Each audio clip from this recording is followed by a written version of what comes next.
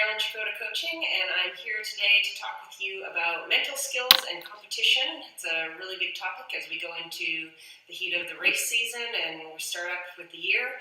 I have Matt Foreman here with me, who is an elite strength coach, Olympic lifting coach, powerlifting coach, and track and field coach. So I'd like to have his expertise. He's written a lot of great articles and books on really good sports mental training and stuff like that. So I'm happy to have you here for your input on some of the thoughts today that I want to talk about and help people get ready for their season.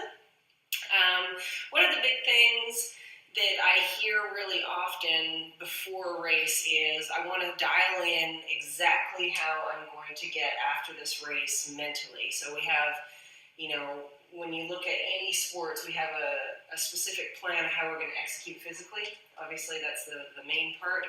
But then as we know, and as we get even more sophisticated with training, we understand that there is a huge mental component to all sports. I think different sports look a different way when you're working with, you work with a lot of lifters and track athletes and throwers and stuff like that. It's a sport that happens really quickly, right? And yep. So I'd like to know your opinion and how you prepare athletes. If they're going to, you've coached at Olympic trials, national championships, those kinds of things. You're dealing with nervousness, getting people ready to get on a platform and mentally be confident and ready to hit those types of events and on a stage as well. And in my arena, it's more athletes who are out there for a long, long time, and they're dealing with, the mental game of,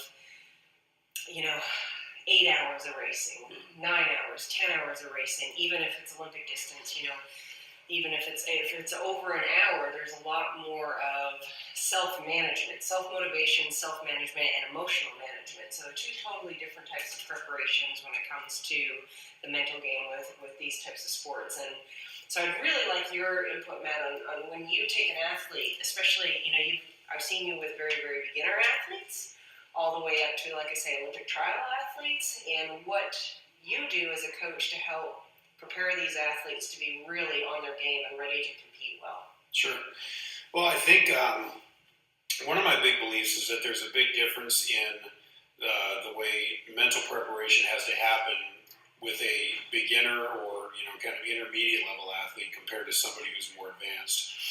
Because people who are beginners and people who are kind of in the early phases of their career, when they're getting ready to compete, they're probably going to be, laying out their whole plan for how they want the whole day to work, and they're not going to be probably thinking too much about all the different curveballs that are going to get thrown at them.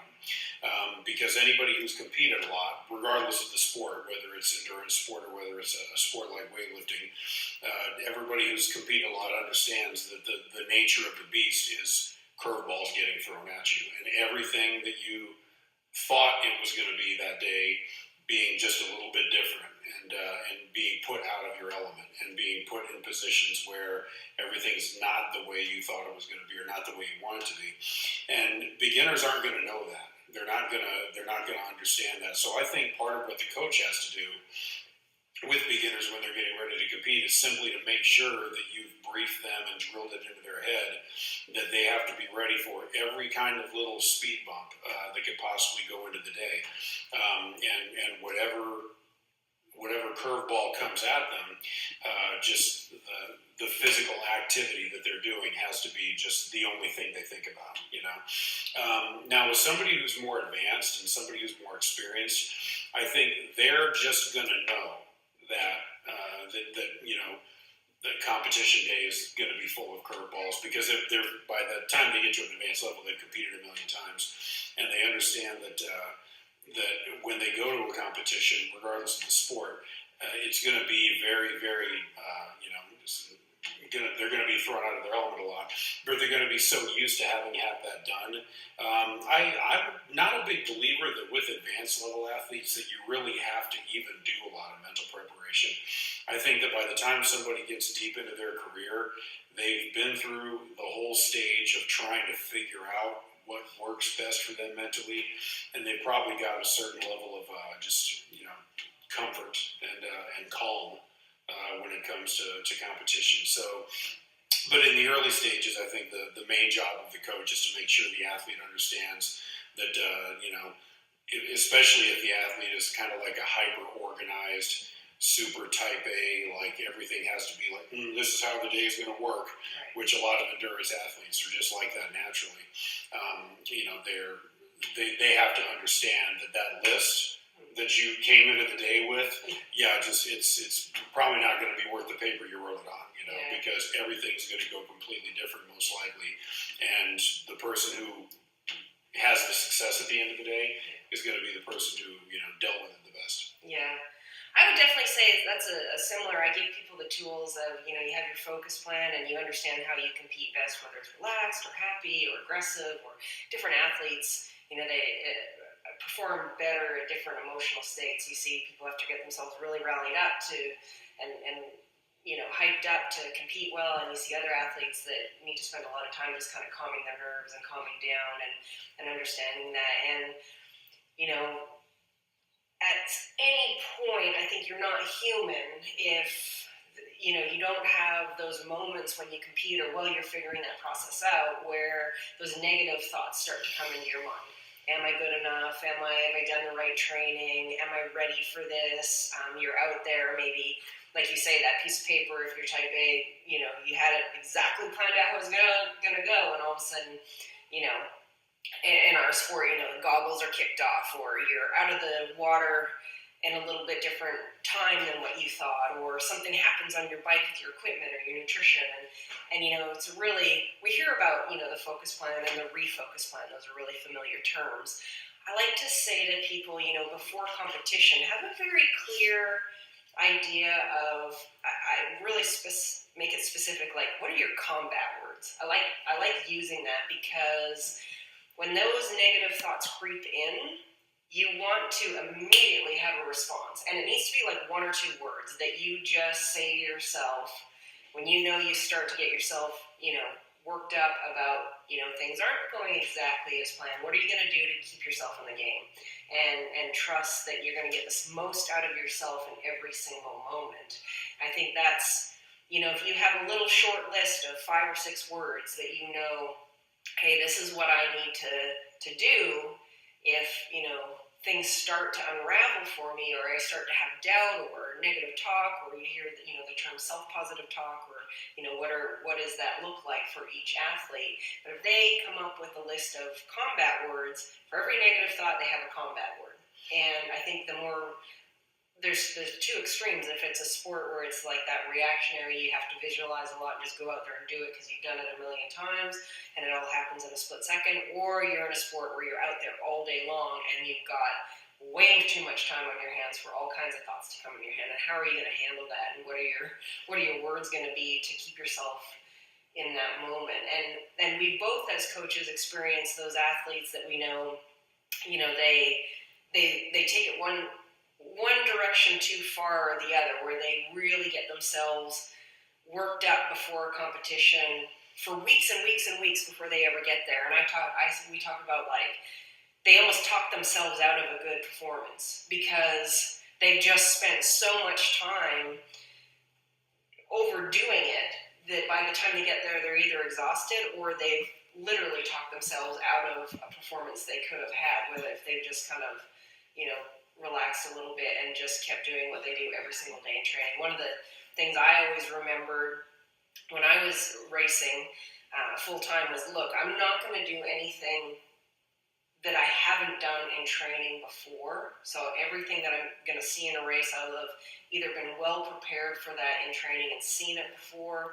And I'm also not going to do something that is a whole lot more special in a race than I've done in training. Like, I think people set themselves up for a lot of nervous energy when they're thinking, well, maybe I'll go out and be 50% stronger than I've ever been in training today. And it doesn't really work like that. Of course, when you're rested and you're excited and you're in a competition environment, and you have these people who are the 1%ers who compete really, really well, and they pull something out special on that day. But it's probably not a million miles away from what you see in training all the time, or it's been sniffing in that range for a long time over a lot of years. So I think it's key in terms of your mental preparation to go into races to stay close to home base as well. That's a key factor that I think coaches can remind their athletes, like just stay close to home base and not get yourself too worked up for too long before an event. That's going to help them as well. I don't know if you have any additional thoughts on that.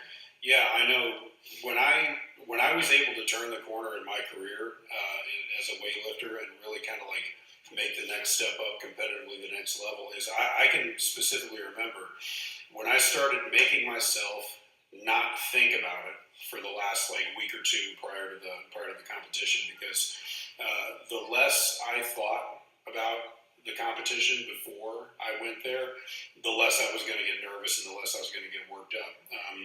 So I can remember those days. I would specifically force myself to find little distractions and create little distractions in my life, things that took my mind away from the competition, things that took my mind away from weightlifting, just things that distracted me so that I didn't spend that much time thinking about it.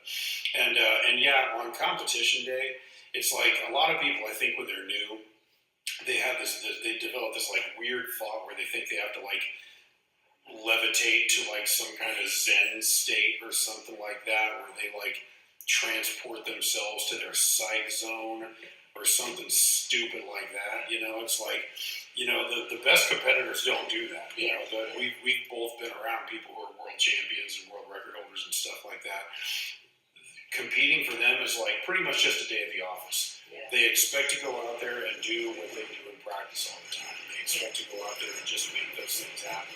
So they're able to do that on that day. Yeah, I think what you said there that was really important was people who are world champions, they expect to go out there and do what they do every day. And I think that's a key thing, is that, if you can remind yourself that, what I do in training every day, I can expect that that's what's going to happen when I go out there and compete. And so that's why we really encourage athletes when they train is to develop these habits and patterns that become really, really familiar to them. And what you do in training all the time, how you react emotionally, how you react mentally, how you react physically, every single week, week in, week out, when you're put under pressure, when you're happy, when things are going well, how they're not going well, that is, ultimately, you're not going to be a different human being all of a sudden magically on competition day. And I think once you know what works for you in order to bring out the best performance in yourself, that is what will happen on competition day. And high-level competitors know that, and they do. They expect that from themselves. There's an expectation that I've done this a long time, and I know how to get the best out of myself, and I go out there and I do that. So yeah. I think that's a really, really good point. Mm-hmm. Yeah, I heard a story once. It was a great story. It was from football. It was from the NFL. Back in the 80s, when the San Francisco 49ers were playing in the Super Bowl, Joe Montana, their famous quarterback, who up until Tom Brady was probably the most successful NFL quarterback of all time, they were playing in a Super Bowl, and the Super Bowl was down to, it was one of those like 25 seconds left on the clock. The 49ers were down by 3 points. They were 10 yards away from the goal line. They had a chance to run one play, and if they hit this touchdown, they win the Super Bowl. If they miss this play, then they don't win the Super Bowl. So, like, the moment of probably, like, highest tension that could be imagined in sport. And the 49ers, they were in the huddle, and they were getting ready to run the play. And all the guys on the 49ers huddle were all, going crazy and screaming and freaking out and everything like that. And one of the guys looked at Joe Montana, the quarterback who was running the play, and he was looking off in the stands. He was like looking off in the audience, and all the 49ers players looked at him and they said, "What's going on?" And he pointed over in the audience. He said, "Is that John Candy sitting over there?" The famous actor John Candy. Yeah. And the whole team looked over.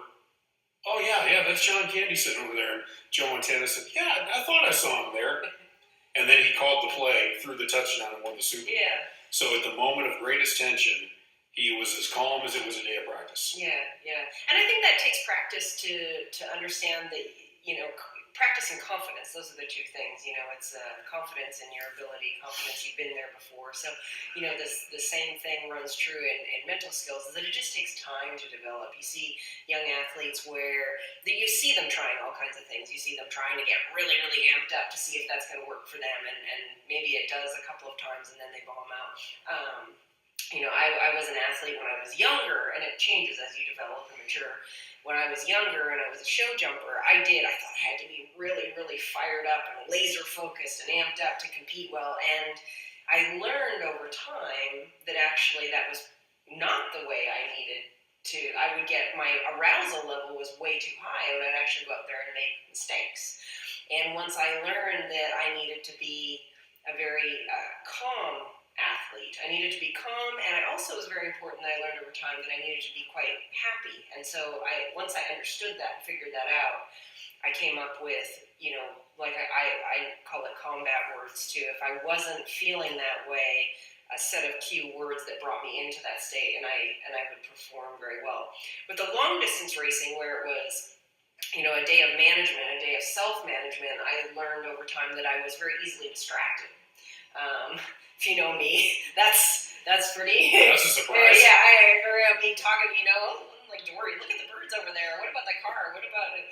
So I'd be out there for, racing Ironman. You're out there a long time. I'd get very distracted and then realize that I wasn't racing as hard as I could in that moment. And so I had to literally tape 3 words on a piece of paper on my top tube to remind me to stay focused for that amount of time on the bike. Otherwise, I would realize, I'd be off with the fairies for 20 minutes and then get back to task. So I think, that takes time to develop as well. So that's, definitely as the race season starts, I want, the experienced athletes to go into the race season with confidence in their training through the winter and their preparation, and know that as they're starting to gear up into their very specific main sets that they do, start to think about and visualize their races, but just really have that confidence that the work is done, and you're going to be very close to home all the time of what you do in training, and it's going to develop through the year. These season openers as well. These are it's a very long race year, and you're going to get Our kitty Rocco wants to be part of the video here. He's very, very entertained by this. But yeah, it's going to develop through the year as well, and your fitness is going to develop through the year. So have confidence in that. And to the newer athletes heading into their first race season ever, it's a good idea to know that, you're going to try some new things. You're going to get nervous. There's going to be things out there that maybe you haven't experienced before, but have a list of words of how you're going to handle that. Have, your ideal self, how your best version of yourself, how you're going to go out there and race. And then understand, like Matt said, that there is going to be some things that aren't going to maybe go the way you thought it would, but that's okay. You're going to develop the skills and the tools as you develop as an athlete, and these words that you're going to use to keep putting yourself in the best place and develop as an athlete mentally as you develop your race tactics and skills and your competition skills, and physically as an athlete, all of that's going to develop race after race after race, and you're going to find you're just going to get better and better throughout the year. So and you're going to get roughed up. Yeah, you're going to get roughed up if you have a bad day when everything goes sideways and you underperform and you don't do well. You're supposed to walk away from it understanding, that's just part of this. Yeah. It's part of the game. It's part of the process. Yeah. You're going to get roughed up. Absolutely. None of those world champions we see got a free pass from that part of the game. They had early competitions where they got roughed up and beaten up, and they had to learn from their mistakes. So it happens. Happens to everybody. Yeah. And then you're going to have great races where you're like, hey, that was just bang on the money, and you're going to, when you have those, celebrate them. I'm big on celebration. Make sure that you really say, hey, I did a good job here. That was really awesome. And celebrate. As athletes, we tend to right away start picking ourselves apart and finding out the 50 million things that we can do better, which is great. And we need to do that. It's definitely part of why we continue to improve and what we strive for. But take the time to celebrate when you get it right, too. Be happy. Yeah, exactly. Be happy. So thank you so much for your time. And hopefully this helps you prepare for your best season. Cheers. Thank you.